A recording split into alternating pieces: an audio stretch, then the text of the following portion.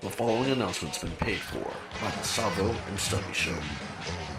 Quiet on the set. Can we please have quiet on the set?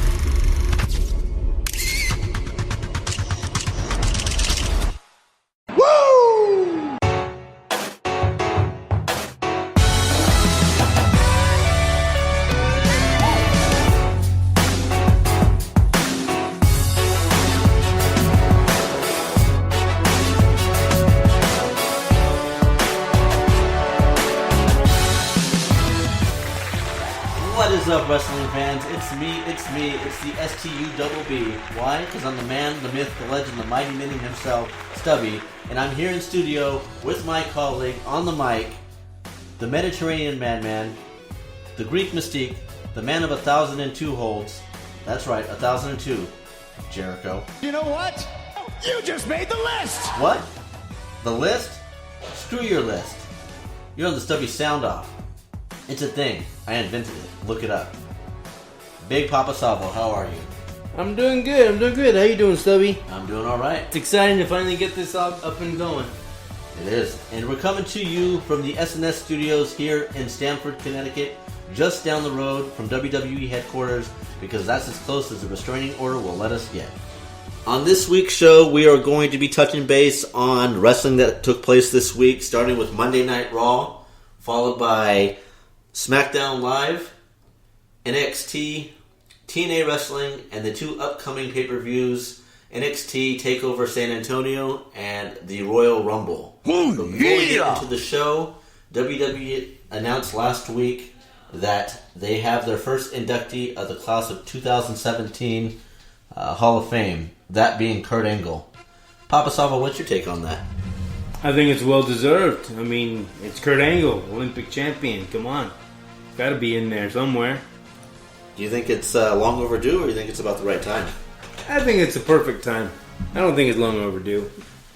I know. What do you think? I know what he's done for WWE. You know, a lot of entertaining stuff back in the day with Stone Cold and the little cowboy hat and then the milk truck. I don't know enough of what he did for TNA. You being the TNA correspondent, what can you say about that? He did just as much over there. When he came onto the scene, they made the announcement, he came out, and then Samoa Joe came right out, like, right away, and just got in his face and headbutted him, and they started going at it, and it was a good storyline there. He had feuds with Sting, Bobby Roode. It just goes on and on. He's just like a number one talent, no matter where he goes. I hear some rumors going around, that being that DDP, Beth Phoenix, the Natural Disasters, was it Rick Rude, and there was William Regal. What's your take? Do you think that they should be this class, or I mean, is there someone else that you'd like to see before them? The only one I think that is going in a little too soon might be Beth Phoenix. Not that she wasn't a great talent, but really, what other woman wrestler? China. I don't think WWE is ever going to. Okay, Trish is already in. China. I mean, China. I think China deserves it, and I think with her passing, I mean, there's nothing else to fight about. I get it. I get it. She did porn, so. She pioneered what the women wrestling division was during the Trish Stratus and Lita era. I don't understand why WWE just thinks that we don't know that something happened there. As fans, we all know the background. We know that with Jimmy Snuka. We know the background with Scott Hall. We know the background with Booker T. I mean, hell, we know the background with Chris Benoit, but WWE pretends like Chris Benoit doesn't exist. Right. Which is a shame. I get it. I get what he did was pretty horrendous, but he did so many great things for the business. Right. They're probably all happened like that because they're a publicly traded company now, so. Yeah, Vince has got to have his hand in everything. Right. And one good female talent that could go in, Mickie James, she's back too. See, I wondered about that though because she actually has an active role Speaking of, with Kurt Angle being back, when we went to WrestleMania, was it 31 there in Santa Clara? 30, I think. That was the year that, was it Kevin Nash or Scott Hall got inducted in the Hall of Fame? Kevin Nash. I'm noticing a pattern. I mean, they go in the next year. When they're in the shape to actually wrestle, they tend to be a part of the show. With Kurt Angle being inducted this year, do you think we'll see him at the Rumble? I think he'll be in the Rumble, yeah. Which we'll touch base on that when we go through who we think are going to be the mystery entrances and yada yada yada. But we'll jump right into Monday Night Raw, which this week took place in Cleveland, Ohio. You see, I'm fortunate because I get the Campbell Soup version of Monday Night Raw and SmackDown on Hulu, which cuts out all the commercials and all the nonsense. So I don't have the full rundown of what happened that night, but from what I have in my notes, Roman Reigns opened up with a promo, which they typically do on a Monday Night Raw. It's always boring the first 5-10 minutes. What did you see for the show, Savvo? Well, it started off, you're right, with Reigns, and then Jericho and Owens came out, which the two of them are great together nonstop. Well, it's classic. Yeah, exactly. The weird thing that I saw was Reigns was actually getting a lot of cheers, whether that was actual cheers, audience, real cheers or not, that's another thing, but he was actually getting cheered. There wasn't that many boos. And then we moved into a tag team match. Yeah, see, that's the match I didn't have, the Sheamus one. Sheamus and Cesaro against Anderson and Gallows. Anderson and Gallows end up winning. I see tag team belts in their future. See, I talked to Josh about this because on the Savvo and Stubby show, I noted that I see Gallows and Anderson building the Bullet Club in the upcoming future, and he said that Bullet Club is dead for them, according to Overseas and New Japan Wrestling. But this is not the first time that WWE has taken a faction and exploited it again. Right, they brought the NWO back. Which was horrible. I mean, anything that WWE typically touches is horrible the second time around. I mean, even Goldberg coming back the second, or when he came over to WWE was horrendous. The first time. Yeah, DDP. I mean, it's they just the writing they don't get it. And I think if you, myself, and the Wetback and Cracker, which is a podcast, I'm not racist, the Wetback and Cracker Power Hour, if we sat down and wrote a script, I think we can make gold for the company. Definitely. On Monday Night Raw, what I had next was the Bayley interview, which was one of the weakest interviews I've ever seen. I don't understand what people see in Bayley. She's not... I don't know what she did in NXT. She truly comes off as a fangirl, and that's it. She's got the merchandise sell. Why? Because they like bright colors like New Day. It's ridiculous. No, New Day has talent. They're just kind of annoying. They don't have talent as a group. They have talent individually. Or even as tag team, but as Bayley has nothing with anybody. She's not ready. But to be fair, everybody in WWE right now, when I say WWE, I'm referencing SmackDown and Raw. Nobody can match up with Charlotte. She truly is the total package when it comes to... I mean, she's probably one of the best talents on the roster, period. I'd like to see Charlotte against Nia Jax. I don't see the mic skills with Nia Jax. Right. She's pure power, just like... Bayley doesn't have the mic skills. Yeah, that's true. All she has is hugs. So on to our next match. We had the Rollins versus Reigns. Rollins versus Sami Zayn. Winner gets to enter the Rumble, which... I'm actually kind of shocked to see how this one turned out. It was a great match overall. I gave it a B+. I gave it an A, actually. But yeah, it was really good. The commentating was actually decent on this one. It trumps SmackDown, which any commentating can trump SmackDown if you got Mauro Ranallo talking for you. There were a lot of near falls in this one, which gets you on your toes. Yeah. But the empty ending at the end with Triple H, just hitting the music. It was like, oh man, is he here? What's going on? Right, exactly. Which I have to give Rollins credit. He sold it pretty well. I mean, he even turned around and make it look like he expected him to come out of the audience. That's the thing, though. Now Rollins not going to be at Rumble. I think there's going to be some... I know it's going to be a build to WrestleMania, but what about Rumble? Yeah. Which brings us on to the next match, which I have as the New Day. Actually, the cruiserweights. Oh. Daivari, Nice, Gulak. See, maybe that's what Hulu does. It filters out the crap. For the most part. Because from what I'm seeing, cruiserweights are not really solid for me. Yeah, me neither.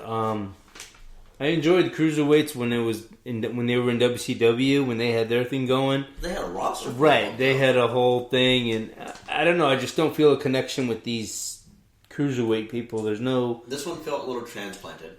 And yeah, now they're doing. I guess on Raw they're doing 2 cruiserweight matches in every episode. And I think it's because it's to the dismay of Monday Night Raw and SmackDown. But they feel like they have to fluff a storyline so much behind each match. They can't just let the guys wrestle. Right. And let the product sell itself. Right. When you looked at WCW, when you saw the cruiserweights, yeah, there sometimes was a little storyline. But a lot of times it was them trying to prove themselves. Right. For a spot on the roster. That's one of the reasons why I favor NXT over Raw and SmackDown. Even though eventually the people on NXT are going to make it to the main show. Hopefully they'll be ready. Yeah, there's minimal storyline, but they are truly proving themselves each week because they may not have a spot, and so you have more to actually show for, which you get a quality match over that. Right. What was your take on that match? Because I didn't have that one. I think it turned out pretty good actually for what it was. Mustafa, he ended up pinning Gulak with the 450 splash. It was cool. It was a cool ending. That's a crazy move. I know. That has to hurt. I mean, that weight just coming down on I'm you. sure they sell a little bit, but I mean, getting hit in the gut. Right. Especially when it's somebody else's gut in your gut. Right. After that match, though, is when the New Day came out. And I initially wrote this down as notes as it being a promo. I thought it was going to be New Day and End Zone Cast doing a promo. Right. Then Rusev came out with Jinder Mahal, which Jinder Mahal is jacked. I don't know what that guy's been doing, but he is jacked. He has been going for a while, but yeah. And it's crazy because I think if Jinder Mahal came into WWE now, without all the other gimmicks, with a 3-man band and whatnot, No, that's right. I think he would seriously have a shot at something because he looks the part. I think, not ignoring Jinder Mahal, but I think Titus should. I mean, they're like making a joke out of him, and That's a shame too. yeah, that's what I mean. When you look at Titus, That guy's a beast. there's 4 people that I see getting squandered, and it's a shame because I see them out the door before the end of 2017. Titus O'Neil, Jack Swagger, which he's been in and out the roster Right. so many times. That guy's got so many problems behind the scenes. Cesaro and Sheamus. I don't think Cesaro and Sheamus are going to be going anywhere, but I do. See, that's the thing. I kind of am waiting for Gallows and Anderson to get the belts, but I don't want Sheamus and Cesaro to lose them just yet. I mean, they just got them like what, a month or 2 ago? Well, here's the thing. If at some point Sheamus and Cesaro lose the titles, what else is left for them? They've been in the business for, at least 8+ years now? Cesaro's never been the champ, universal champ. He's not going to get the push at this point. He's going to be the Dolph Ziggler of Raw heavyweight. I mean, he's been put in so many different gimmicks. I'm not digging that tilt-a-whirl thing that he does. The Swiss spin thing. It was cool at first, but yeah. I like his Swiss 1-9 where he tries to pull off Rey Mysterio's move. But Braun Strowman, I'm starting to get impressed with this guy. It's like we don't really know what he's capable of. Which is probably the best part of it because they did the same thing with Wyatt. When the Wyatts came to the WWE, they were great because they talked. It's no different than Tom Brady. Tom Brady, as a football player, is amazing. The second that guy opens his mouth, you realize he's not that great. With Bray Wyatt, he's great on the mic. He's got the look. He's got everything about it until he gets in the ring. And I think what really killed it for him is when they put him against The Undertaker at WrestleMania. I think there was not enough build-up for that.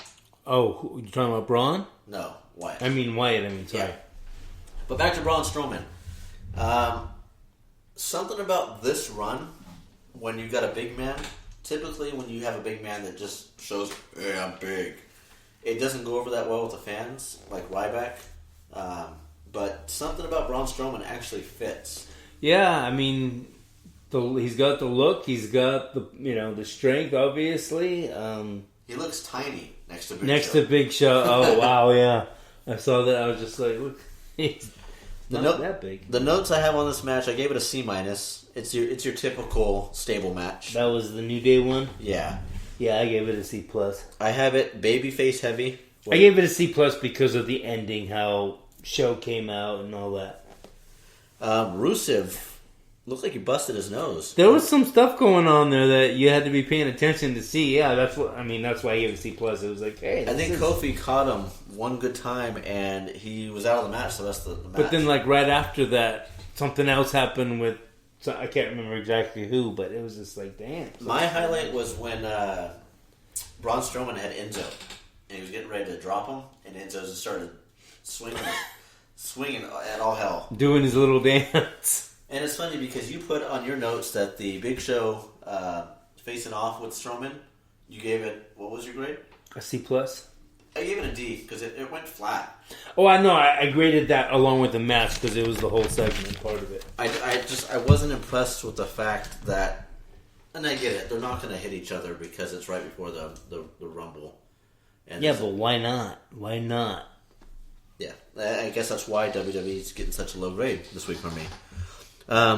The following match that I have, I don't know if it's the same for you, was Jericho versus Owens. Yep. Or, sorry, Jericho. Reigns. Jericho versus Reigns with Owens at commentating. Which is always good. It's gold. Yeah, it's classic. Especially with the part when he told Byron Saxton that he's bald. And he's going bald and he's only 30. And he probably lives at home with his mom. Byron Saxton is the weak link of the commentators on Raw.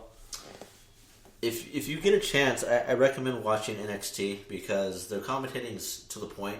They add a little bit of take on some of the things, but it's not oversaturated. Who's that? Corey Graves it's Corey Graves. You put me on the spot. I don't know. To be honest with you, I have to go back and look at it. But with this match, sloppy exchanges. There was a point when Jericho went to go jump into Reigns' arms and he dropped him, and they both kind of fell into the ropes. Match ended with Owens interfering, right? And he typically ended up in the cage. Jericho got the spear. Owens interfered, and yeah, and they made them look stupid again. They always making them. And because of that, I gave it a C-. I mean, it was nothing spectacular about it. I gave it a C. At the end of that match, though, I noticed I was 2 hours and 8 minutes into Raw, and there were only 5 matches in 2 hours and 8 minutes. So, I don't know what's going on there, but I'm not very pleased with that. I'd like to see a little bit more action there. Somebody told them, I'm sure, one of the higher-ups told them that they had to sell drama and not wrestling. But the drama's not cutting it. If I wanted, I can watch a soap opera if I really wanted all that, honestly. All right, so then what I have next is the Charlotte interview with Corey Graves. She sold herself pretty damn good. She always does. Strong performance. She is the queen of the pay-per-view, too. Right. There's nobody that can really touch her. She honestly, like I was noting earlier in the show, is probably one of the best talents, if not the best talent on the roster right now. That's why I don't understand how they... I understand they, go back and forth with the title, but come on, Sasha Banks? I don't know what she did in NXT, but what she's done... For me, what she's done on the main roster on Raw, she's just a notch above Bayley. Doesn't impress me. And like you were noting with Nia Jax, I think she is the only one that would be closest to actually having a decent match with her on the Raw roster. Right. I see Nia Jax as like the Braun Strowman of the females, Yeah, she's... I'm not saying she's the greatest wrestler. I don't know. She has yet to really show it. And no knock on big girls. It's a shame. Nia Jax used to be a model. Right. And it's just... I don't know what happened. Maybe it's the Samoan in her. I don't know. Well, I love how she beats on on Sasha, though. I just love to see Sasha get beat up. So, in your notes, do you have Goldberg as the next thing that came out? No, I have Nia Jax against some Ray Lynn, another jobber, which I gave a D to only because it was like, what's the point of having this match? The name sounds Sasha. It was Sasha comes out with her crutch thingy and starts beating on Nia Jax, and anyway, Jax gets rolled out of the ring or goes out of the ring, and then Sasha jumps on her like that with knee to the face or whatever, and within like 10 seconds, Nia Jax was back on her feet, and it was just like, you can't touch this. I mean, Nia Jax cannot go down to Sasha Banks. There's no way. For my notes, the last thing that I have is Goldberg, and before I get into that, it feels good to have him back. You know what would really be nice, and I know I'm just living a pipe dream, but it'd be nice to see CM Punk again. There was something about his presence that just made the show that much better. And yeah, he was a cocky ass. But it's good to see someone make a return. I'm hoping this is not like a part-time thing where he's only going to be here till after WrestleMania and then gone. Goldberg, probably that's what's going to happen. But because when I was watching him come out, the nostalgia, he looks like he's never left. When he first came out or announced that he was going to appear back in WWE, I went back and watched like a couple of Goldberg matches, and they're ones I've seen before. They're back from WCW, and I swear I felt like a little kid. I got all giddy and damn, look at that! It's just he's a beast, and just that power that he's got. Okay, he's not the greatest wrestler, I understand that, but a lot of people aren't the greatest wrestlers, and they get all the hype. But yeah, I watched the Wetback and Cracker when they initially saw Goldberg come out for the first time. I think it was only like a minute and a half spiel. But they noted on their show that they watched that clip probably 15, 20 times. Yeah, it just gets you going.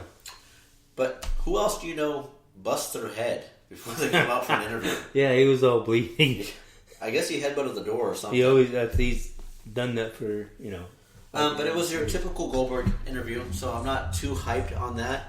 Started getting a little interesting because Heyman came out and then Brock came out, and then you beat me to the punch. I was going to say Lesnar and Taker, when they showed up, it went from a C interview to a B+ for me. I enjoyed it. I wish there was a little bit of action involved, whether it be they attack Brock or whatever, but it was cool, though. Not gonna lie, I got chills when Taker showed up in the ring. When I saw him with the hat the very first time he came back, I thought he had hair transplants. Because he looks like he's getting up there in age. In some of the photos I've seen of him, he didn't look that healthy. Right. There was some that he looked pretty bad in. But he had the classic Taker hair, and it sold it for me. To know that this guy's been in the business for 20+ years and looks better now than he did when he first came as the Godfather backstage, yeah. He came looking like a scary ginger back in the 90s. Overall, Monday Night Raw, I gave it a C. I wasn't too impressed, but I don't hold him to the same level of expectations as I did before because I always get disappointed. So they're average for me. Right. I didn't grade it overall, but probably about a C. They could have been better, but it could have been a lot worse. And the one match we did forget to mention that you probably didn't have when you watched was Rich Swann against Dar. Noam Dar? Yeah. I like Noam Dar. Yeah, it seems like, they got something going on there. They got to keep putting Alicia Fox in there with her psycho. I mean, she goes a little overboard for me. That's WWE's take for you. And I like these guys in CWC. I like to see that WWE carried a lot of that talent over. Gulak was one of them. Noam Dar, Gallagher. Gallagher's pretty cool. He's annoying, but yeah. He's annoying, but he really sells his character. He's got talent, yes. Yeah. So that will be the wrap up for the Monday Night Raw show. Next would be the SmackDown Live. This week's SmackDown took place in Toledo, Ohio. Ohio, man. Show opened up with Can't talk about it. Show opened up with another unnecessary Daniel Bryan promo. I don't know why the general managers feel like they have to be such a big part of each show. Well, Daniel Bryan fans still want him. I mean, he's cool. I don't have a problem with him so much, but it's just the whole yes, yes, yes, where everybody has to do that. It's like, Yes!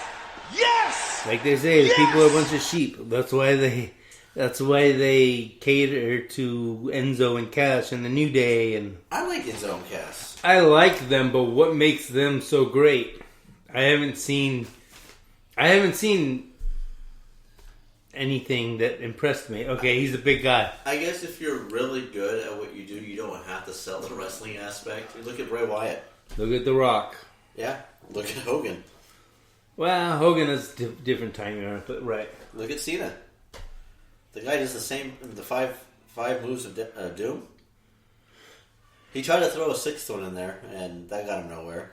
You know, I don't know. Everybody talks about Cena and this and that, and yeah, he's not a wrestler's wrestler. He's a company he's man. another Hulk Hogan, The Rock. But everything he does for the company and for Make-A-Wish Foundation and all that. Oh yeah, no. For me, I mean, I don't care what people say. I like him. The guy himself is amazing. I like his work ethic. I like what he stands for. But he is not a wrestler. Right. He's an Without a entertainer. doubt. Right.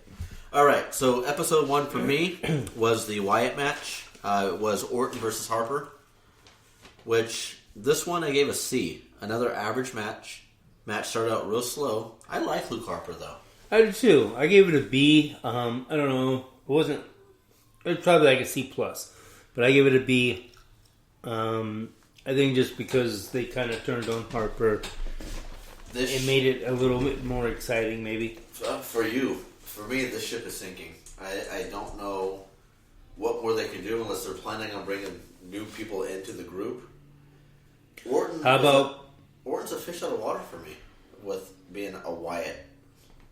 I don't get it. I really don't. He doesn't have a look.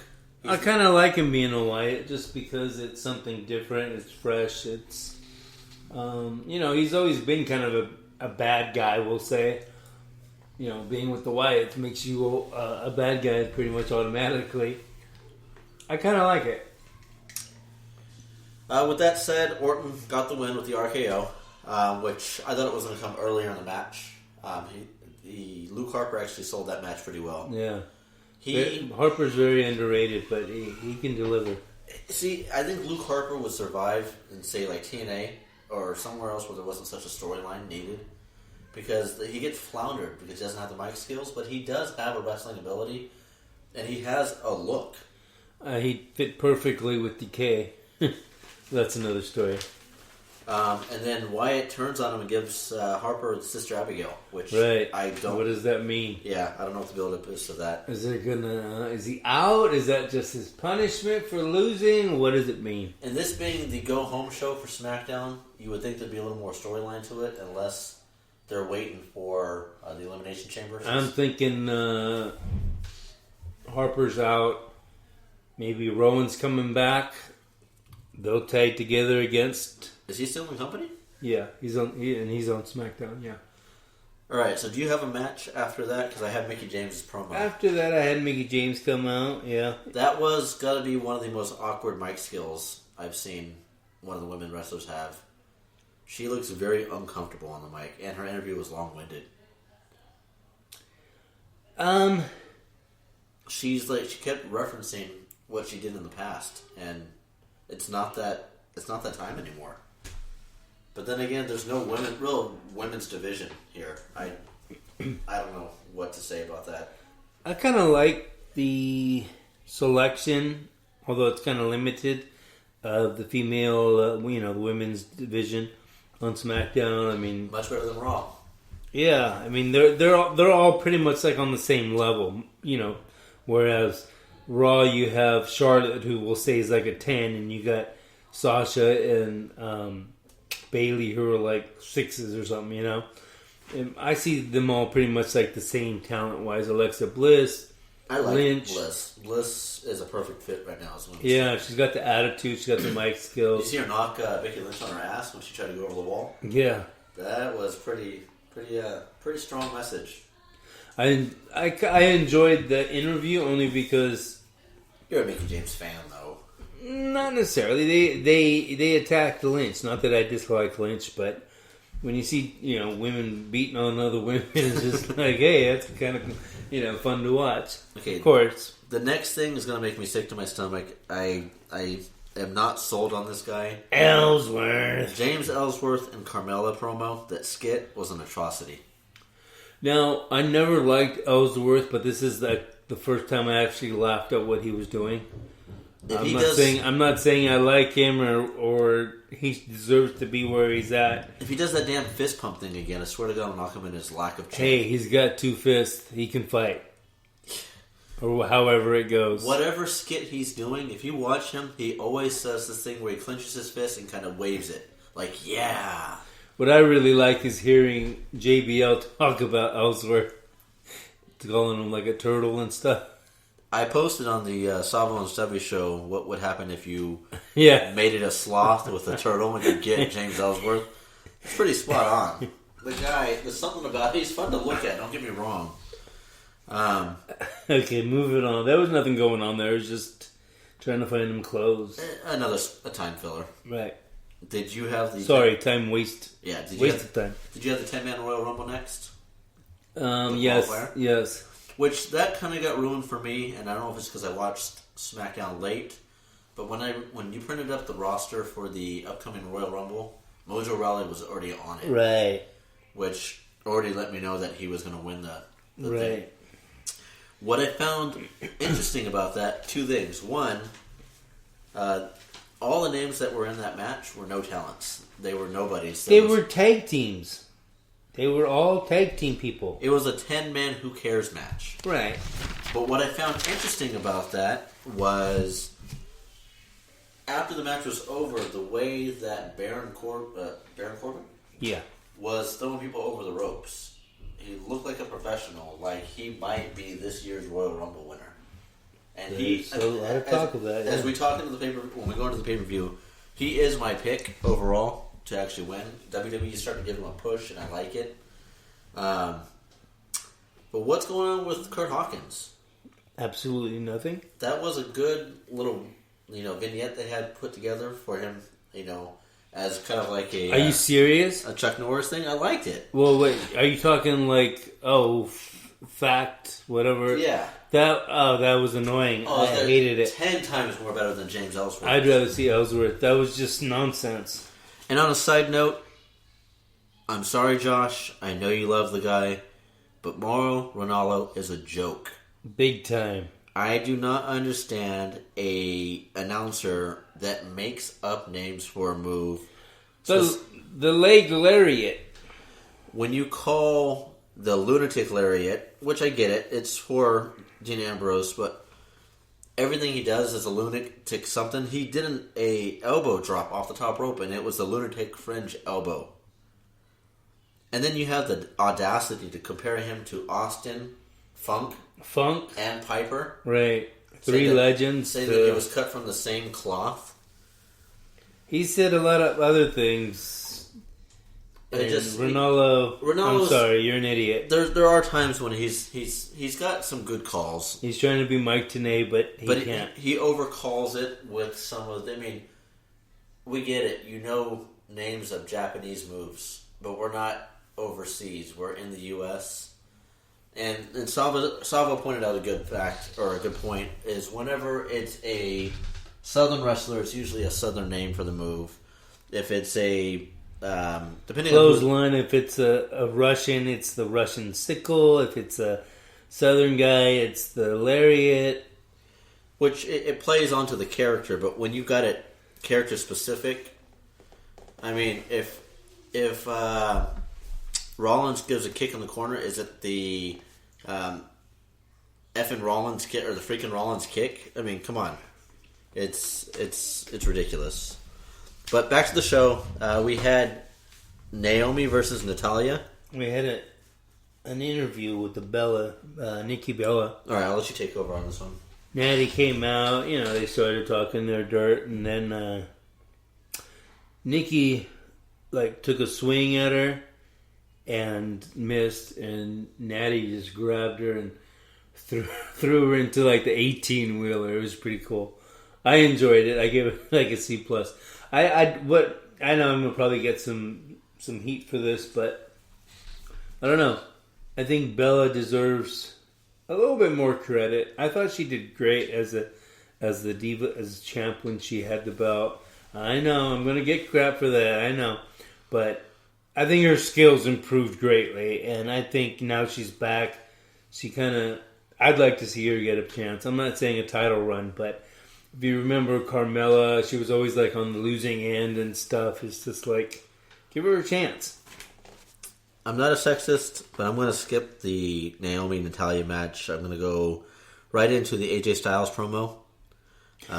There was no Naomi-Natalya.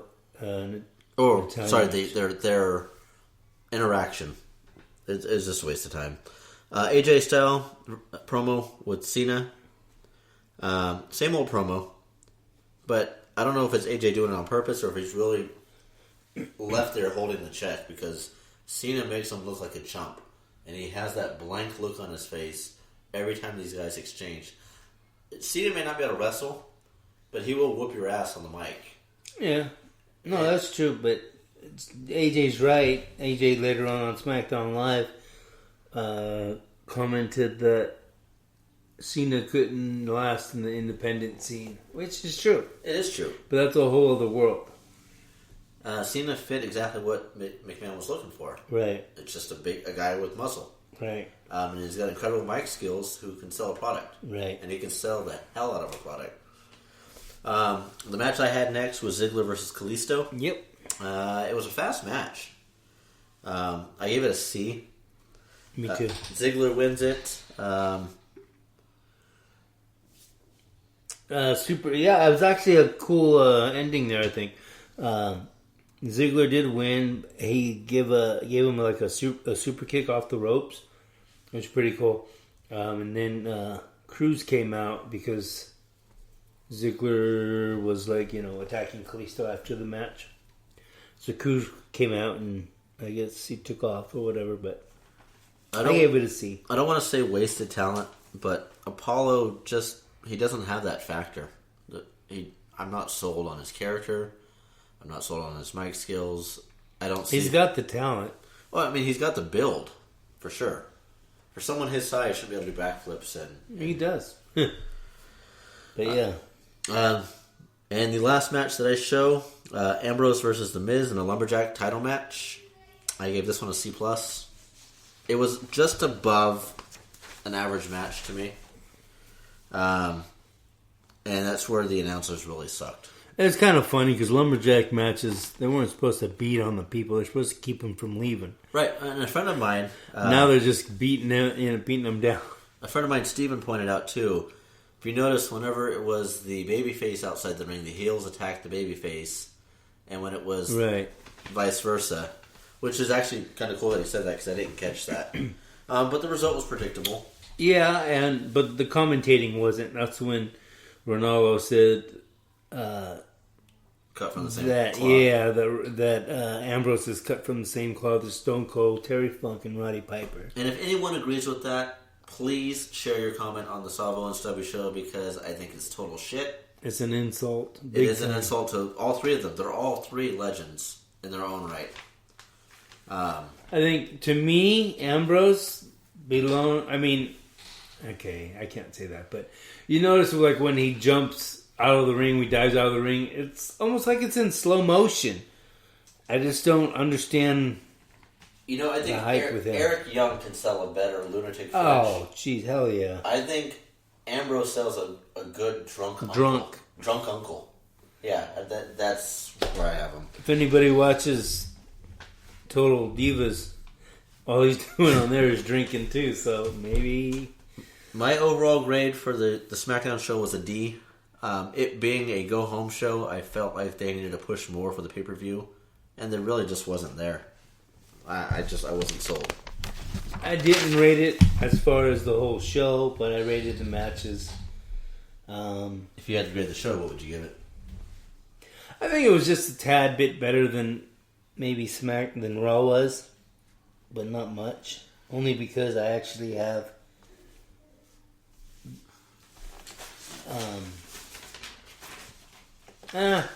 forget it. Wrong notes. Great. But I'd give it a C. Prepared for the show, Savvo. I'd give it a C. All right, so the next one is WWE NXT. I am the NXT correspondent, so you will only be hearing my side of the story on this. As usual, NXT took place at Full Sail University. There in Florida. The opening match I had for this was Ember Moon versus Liv Morgan, and I gave this an A-. I grade a little bit differently when it comes to NXT. One being it's an hour-long show. The other being that it is a development situation, so they are wrestling their asses off to get a spot on the main roster. The women's division is so much better than Raw and SmackDown here in NXT. It was a clean match, one of the better women's matches that I've seen in a long time. The winner was Ember Moon with the Eclipse off the top rope. For those that don't know what that is, it's essentially a Buff Bagwell blockbuster, but she does it into a stunner, which is for a woman is again it's a hard move to pull off. Half the people listening are saying, "Who's Buff Bagwell?" Yeah. And then that was followed up by a Andrade and Roderick promo, which is just a filler build-up for their match at TakeOver. It was your typical promo for someone that's still green on the mic. It escalated quickly to them hitting each other. Nothing really to report there. But the next actual match was No Way Jose versus Kona Reeves. I gave this a B+. No Way is actually pretty entertaining. He's a funny guy. He's one of those corny gimmicks, which gimmicks don't normally last in the main roster. So I don't see him getting over anytime soon. Do they show is Perkins on that too? Also, that show NXT. I didn't see him. Oh, he's a cruiserweight, huh? Yeah, I didn't see him this week. But you never know. Sometimes talent goes from the main roster back over to NXT. Usually when they do something wrong. It was a clean match. The ending was a little weak. The winner of the match was No Way Jose. Elias Sampson came out. He is another one of those great character, but he's a gimmick. He's the lone wanderer. If he was around during the Attitude Era or when gimmicks were still pretty strong, he'd have a place. The guy can sing, and he can play the guitar pretty well. But he's just a gimmick, and I see that going in the same direction as No Way Jose. One of the top matches for me on this event was Eric Young versus Chris Atkins. If you look at Chris Atkins, he looks like your default creative character in any wrestling video game. He's like your plain Jane. Eric Young scares me. Eric Young was in TNA for quite a while, and when he became champion, I mean, he was like a madman, and you actually hated him because he was always like attacking people and stuff. But I mean, he's got it. He's got to they got to put him on the main roster. And this is the same Eric Young that had his own TV show, right? Where he traveled and did weird Right. things. That's right. It's just funny because when I see him, he looks like a boxcar hobo meets Mad Max. On that show, though, he seemed like a pretty cool dude, too. Well, he's in a group called Sanity. And if you really just took the characters from Sanity and moved them over to the Wyatts, it'd be a perfect fit. I'm convinced that Sanity has the look and feel and everything. I just don't know how the transition would be to the main roster and how quickly they'd kill it. But Young is polished.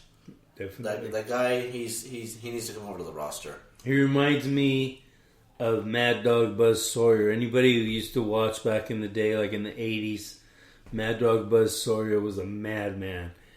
And it's just when he was in TNA anyway, when he had the belt, when he was the champ, he was just like that, out of control.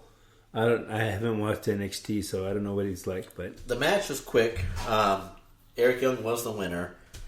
It's brutal. I mean, he has the blank look on his face. It sounds like he's still doing the same. Like he's not all there. Right. The NXT event was short. It's only an hour long, so there's not much notes to go off of. The last thing I want to touch on NXT was the Fatal 4-Way Face-Off. It was Peyton Royce, Billie Kay, Asuka, and Nikki Cross.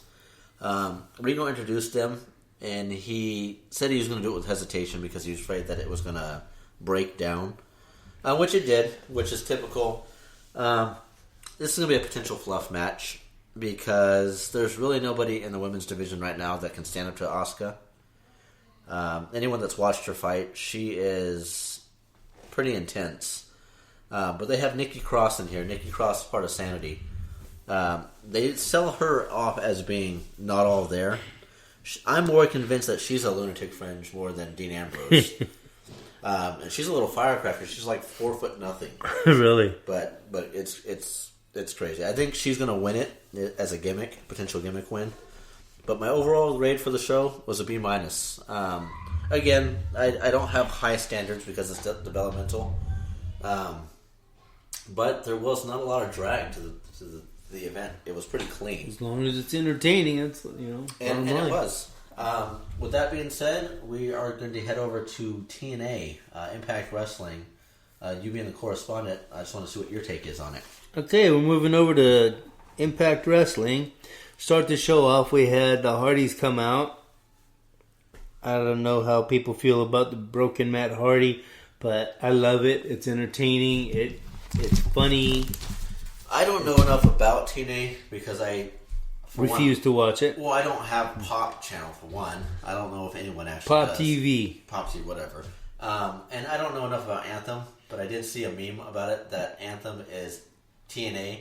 Man. Yes, now Anthem bought TNA, correct. But I can tell you from what I'm hearing that Matt and Jeff are pretty much carrying the show. And you can disagree. They're ahead of it, but that doesn't mean that everybody else is a weak link. No. No, I mean I understand, but when you got money like that, it carries. Pop. I mean, as far as episodes for TNA, you can find them online.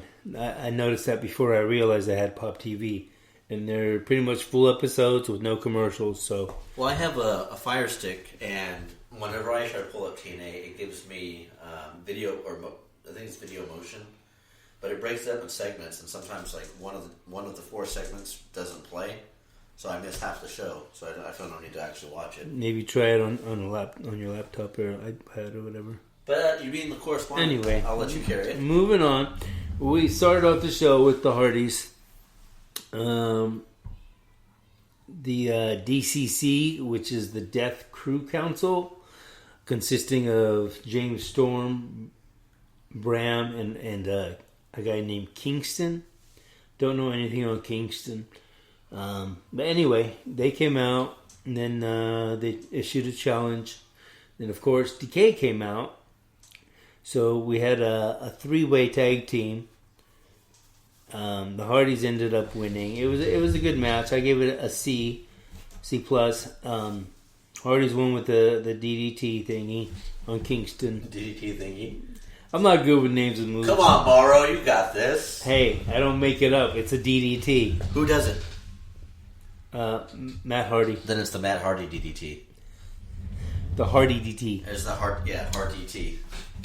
After that, Drew Galloway, formerly Drew McIntyre, correct, came out. He's currently the Grand Champion, which is, I guess, it's basically like a TV title, TV champ. Is it the same as the Grand Wizard? No. Grand Wizard was a manager.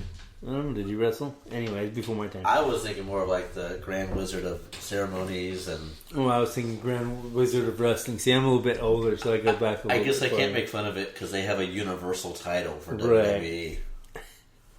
My take on it, actually, it's kind of interesting. Okay, my take on it is it's like the TV title because it's defended every day, every week, whatever. That's what I look at when I see TNA. I think of WCW. Right, and I see why you take to it so much. But also the thing about the Grand Champion is the whenever they whoever they're going up against, they have 3 3-minute rounds.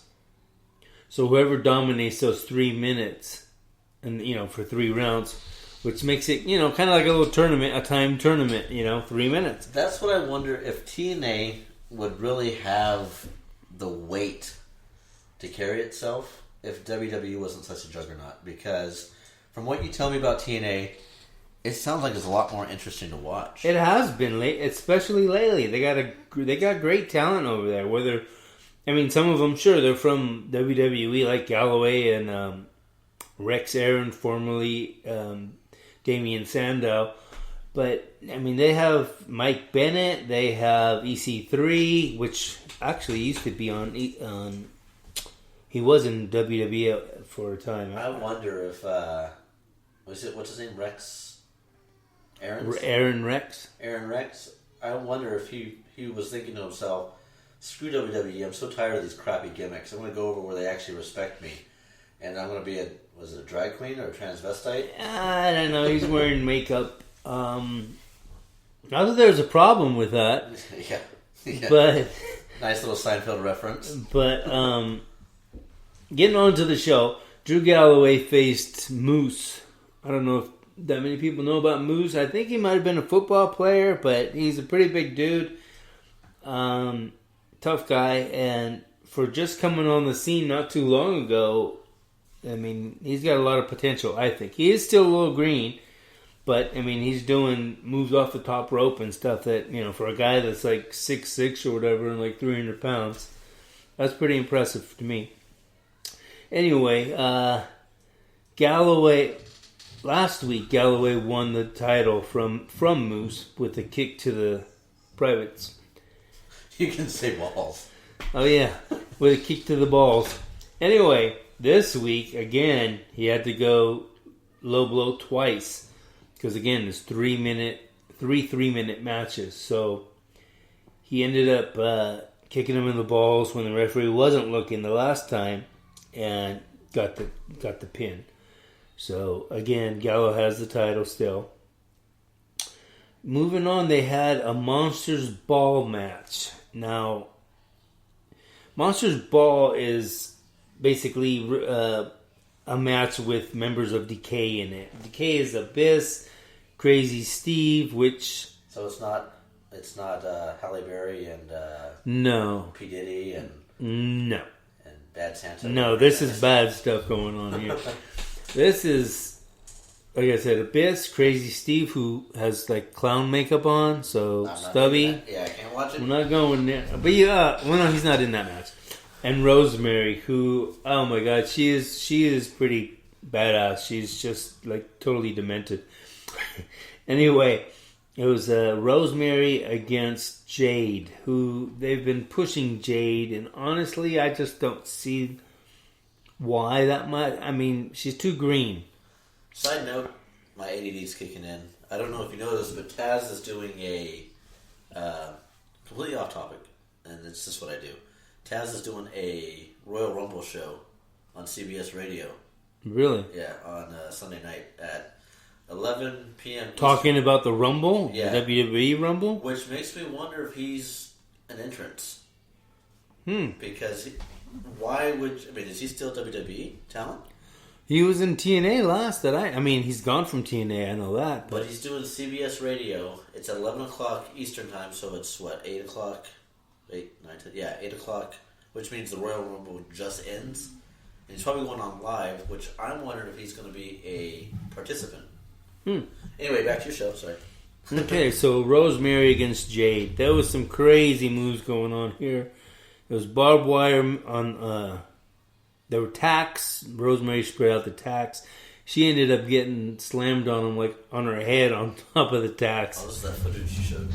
And then there was barbed wire on a table. Well, the table made its way into the ring, and Jade put the table on top of Rosemary and jumped off the ropes and, hit the table, which Rosemary was underneath. And, that was pretty crazy.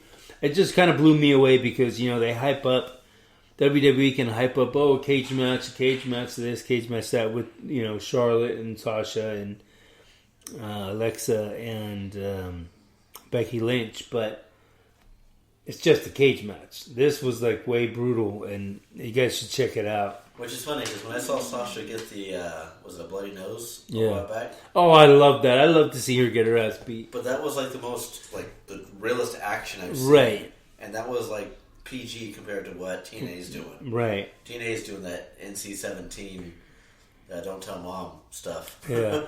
It was pretty funny though because this Rosemary, she's pretty whacked out. I mean, she's like demented, right?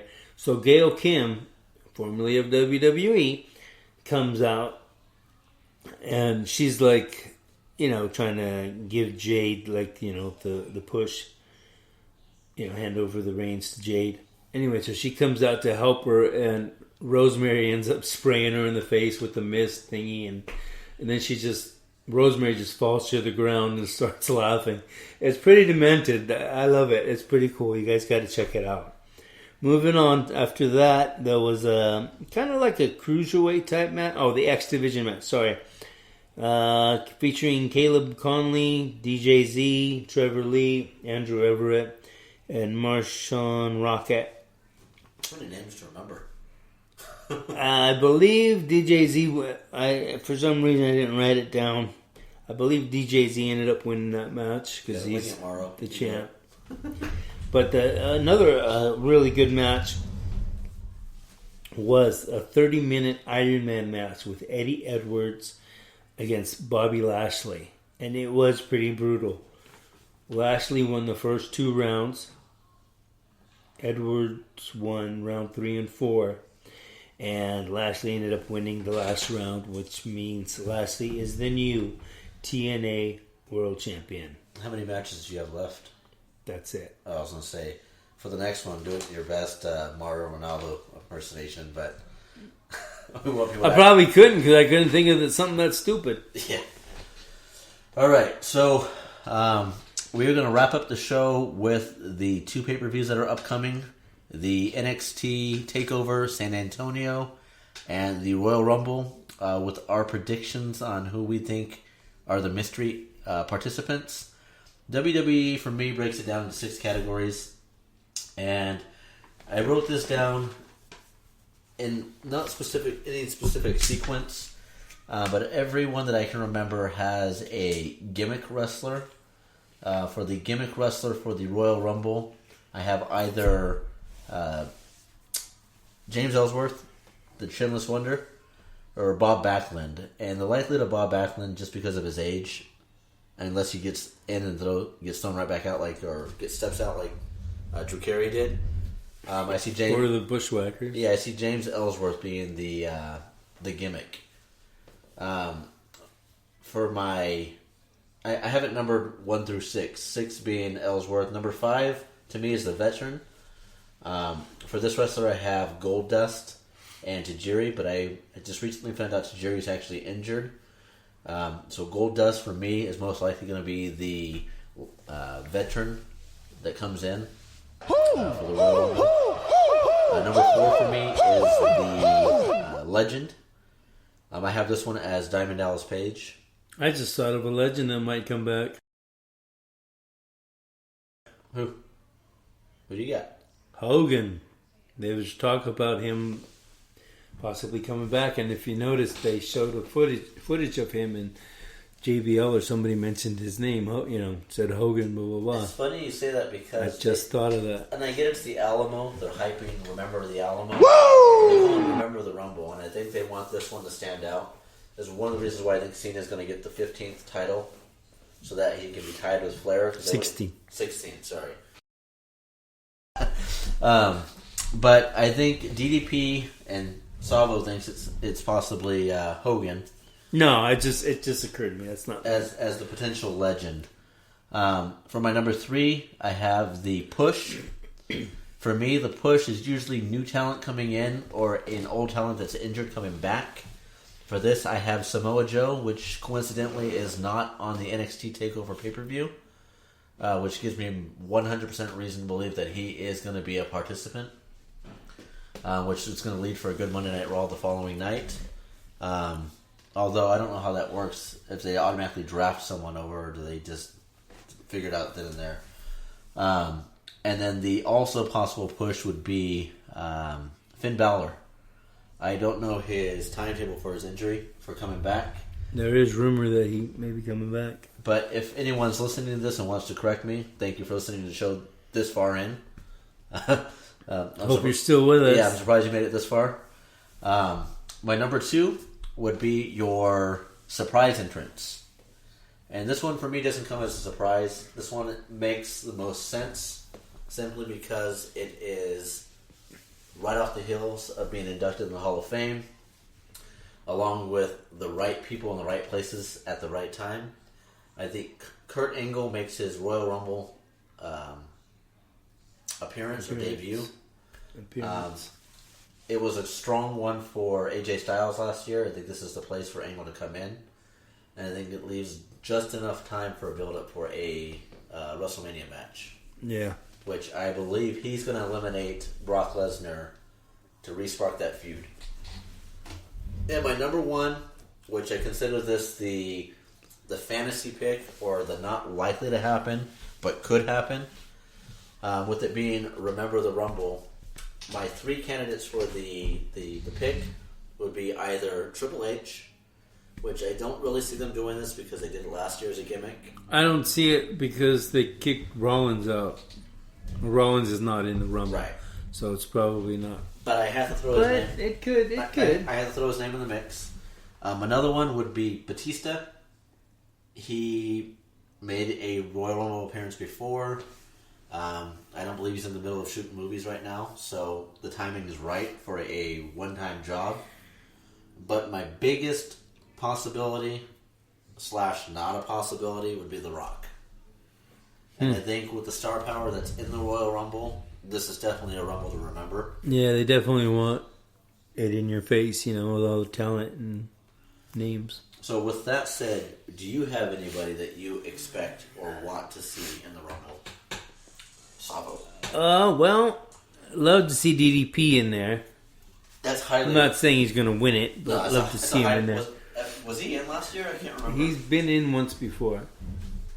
I don't know if it was last year or not. Who I think is going to win it? Baron Corbin? I'm going with Samoa Joe. Why? Well... That's a strong push.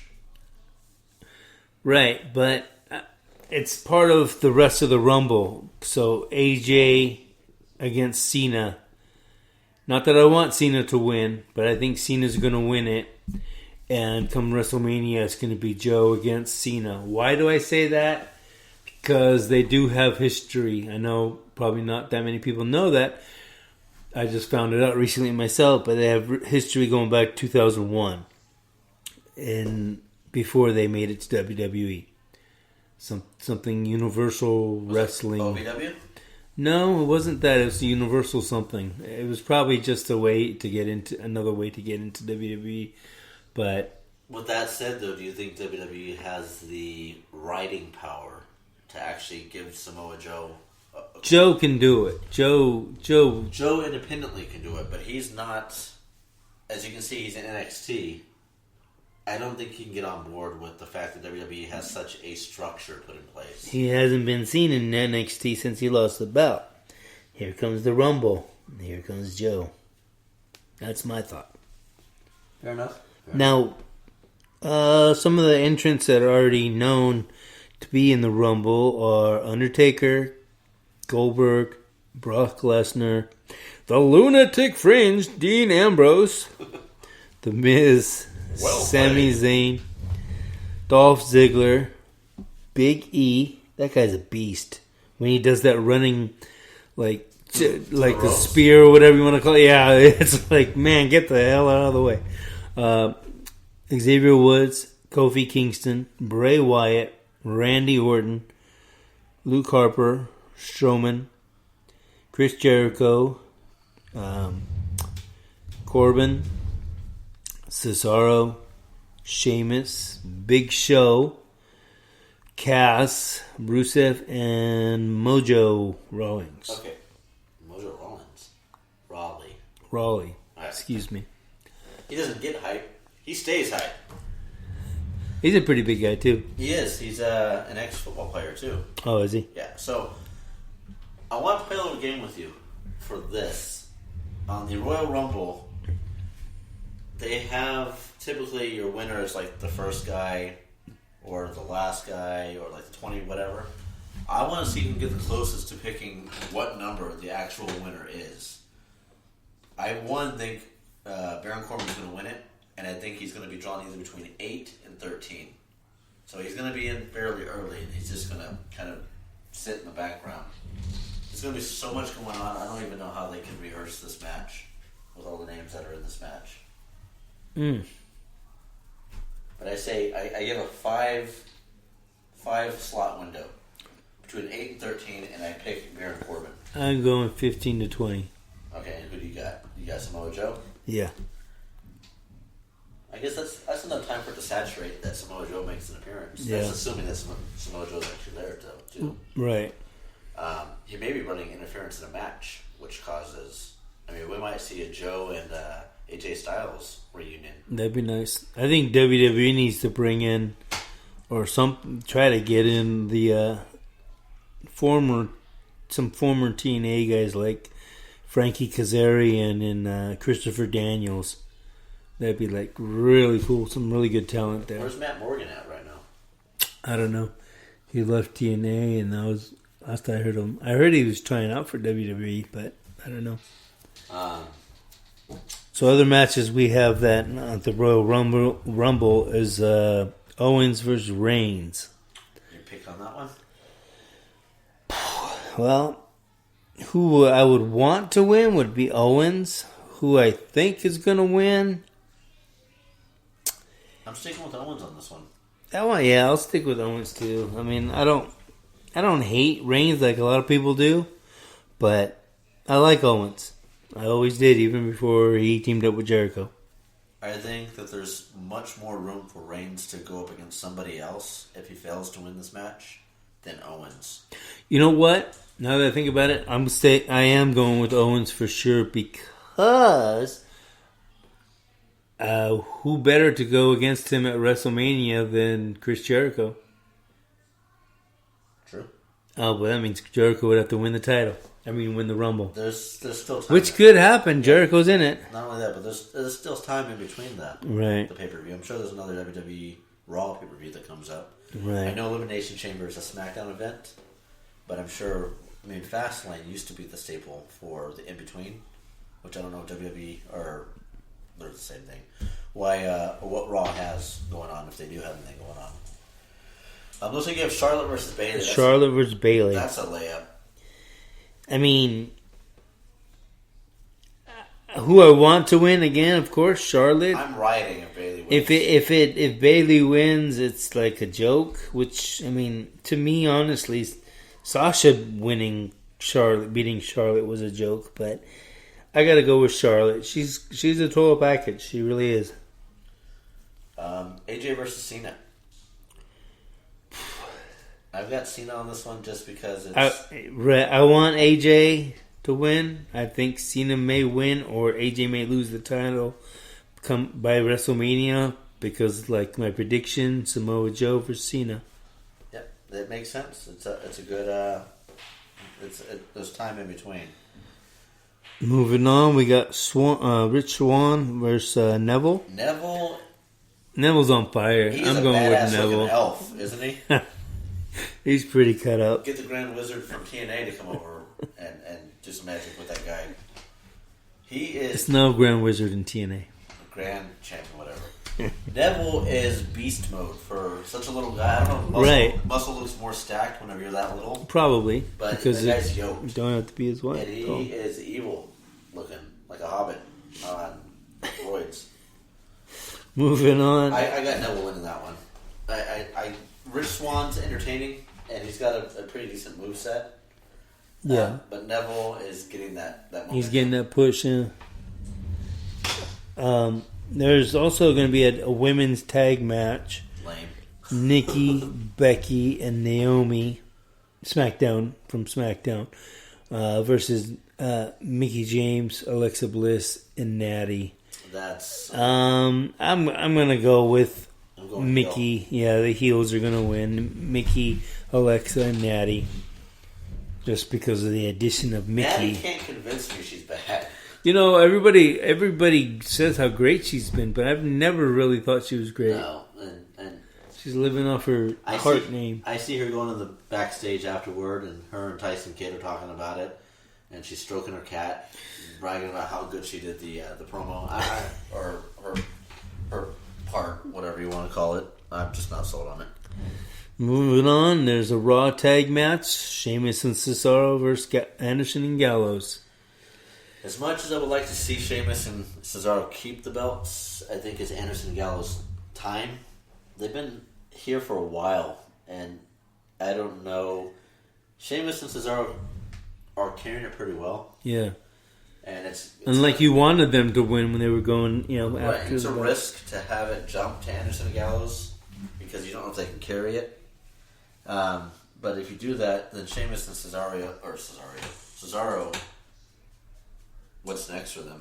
I mean, you see New Day kind of fell off after they lost the belts. Well, they're still getting 10-minute talk time. That's it. They're selling. They're selling product, and that's what WWE wants. Who? Oh, you don't have to do it. I have the sound clip. Cue the sound clip now, sound guy. So yeah, we'll go with probably Gallows and Anderson. And then for the NXT TakeOver, they've got a pretty... There's one more match before we finish off this one. Banks versus Jax. Oh, not even worth it. From my understanding is like the last 3 matches might be dark matches, or what they'll be before the show starts. So yeah, because if you want to turn in early, check in early. Banks being injured or coming off an injury, I don't. She's always injured. She can't do it. I don't see it being a real match. Send her back to NXT along with Bayley. WWE is also doing a 2-hour pre-show for this, so I'm sure there's going to be a couple matches in there. Yeah, they are. And who better to do it than Jerry the King Lawler and Shawn Michaels? That's going to be a very annoying and drawn-out pre-show. / perverted. Yeah, you hear Shawn Michaels, you were telling me on Jericho's podcast, with a No offense, Sean. And then Jerry Lawler's talking about kitties all the time, and puppies, and whatever other perverted thing he can get in there before his time. And then wearing his his too young for TV T-shirts that has so much flair to it. Woo! Yeah. Woo! Which brings us to NXT TakeOver. They got a pretty stacked card for this pay-per-view. So let's go through that.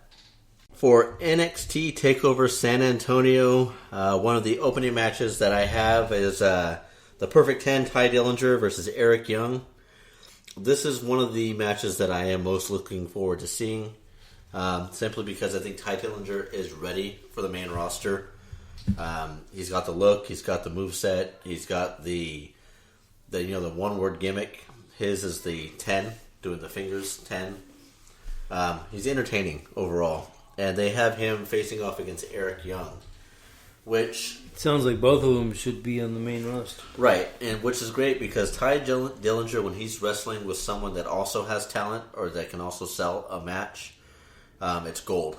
And Eric Young, really, you can put him wrestling a sack of potatoes and he can probably make it look good. This one's hard for me, though, because Ty Dillinger doesn't do so great in big matches. Not because he can't wrestle. It's part of the gimmick, I guess. He went through a slump for a while there. And this one I would think most likely is going to end in disqualification. Dillinger's going to get the match. But it can go either way for me. I like Eric Young just as much. Like I said, he looks like a madman, boxcar hobo mixed with Mad Max. With that said, it brings us on to the Roderick Strong versus Andrade Cien Almas. I really like Andrade. I don't know enough about Roderick Strong. Gonna be honest with you, I started really watching NXT over the last couple weeks, and I tend to fall asleep when Raw or SmackDown or NXT's on. But I know enough about Andrade Almas to know that he's an awesome character, and he also too has the moveset. But I don't know what the angle is on this one. If I had to pick, though, I'm going with Andrade. Quick wrap up with this one is going to be DIY versus the Authors of Pain for the tag team titles. Paul Ellering is the manager for the Authors of Pain. Horrible name, by the way. I'm really not sold on the Authors of Pain. He is for them? Oh, I thought it was for the other guys. Yeah, the Authors of Pain. Oh, okay. They have come in like wrecking balls. These guys are... They're pretty big. I have seen them. Which is weird, too, because they're not muscle big, Right. although their shoulders are. They're kind of hefty big. Right. Still not someone that I'd fuck with, you know. It's not someone that I would want to get in the ring with. But Gargano and Ciampa, I don't see them losing the belts this soon. Were they wrestling gorillas? Yeah. Ciampa? DIY is an awesome tag team. I honestly think that TM61 should have the titles right now, though. But DIY are going to remain tag team champions. I don't know what the cause of the match is going to be, but I don't see this ending on a clean fight. On to our women's match. This is for the women's championship, the Fatal 4-Way, where you have Nikki Cross versus Asuka, Peyton Royce, and Billie Kay. Peyton Royce and Billie Kay, I don't know. Billie Kay looks like a mannequin doll to me. It's kind of scary. She's got that glass face. And Peyton Royce is not too far off. Nikki Cross scares me. She's like 4 foot of pure nastiness. But then again, so is Asuka. So, like I said earlier in the show, I think Nikki Cross is going to win this based on some kind of gimmick. Because I think Sanity is going to get that push. And Asuka may be moving to the main roster soon because there's really nobody on this roster that can contain her, and I think she'd be a good fit against Charlotte. Which brings us to the main event. This would be Shinsuke Nakamura versus Bobby Roode for the NXT Championship match. I see this one going either way because Nakamura is not going to the main roster anytime soon. And I don't see him losing the belt again because you don't want to be a however many time title holder. But Bobby Roode needs a push because if not, he's going to be floundered talent. Although he's got the pedigree for this. You know, he's been in TNA for I don't know how long. Yeah, he was great in TNA.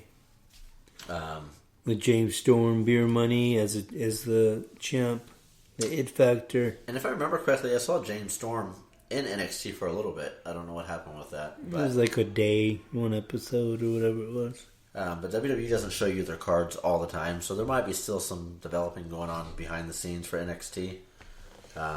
But this match, I see Shinsuke keeping the title, but definitely a build-up to several matches in the near future. So with that said, that's NXT TakeOver. I see it being a mid-card pay-per-view. It's what you would expect for it being developmental. They do got a couple marquee names, but I wouldn't hold your breath for anything spectacular. And so that concludes the breakdown of this week's wrestling. And then you've heard our takes. So yeah. With that said, that wraps up this edition of the Savvo and Stubby Show. It is the inaugural first edition, Episode 1, Season 1, as if it's going to be a whole series of these things, which we hope it does. But it's me. It's the STUBB. Why? Because I'm the man, the myth, the legend, the mighty minion himself, Stubby, alongside with my colleague, my microphone man genius, the Mediterranean madman, the Greek mystique, Big Papa Savvo. Well, hope you enjoyed our little podcast here, and hope you tune in for the next one. We'll keep you informed, and with that Rumble coming up, it's going to be a good one. Can you dig it? We'll talk to you next time. Peace.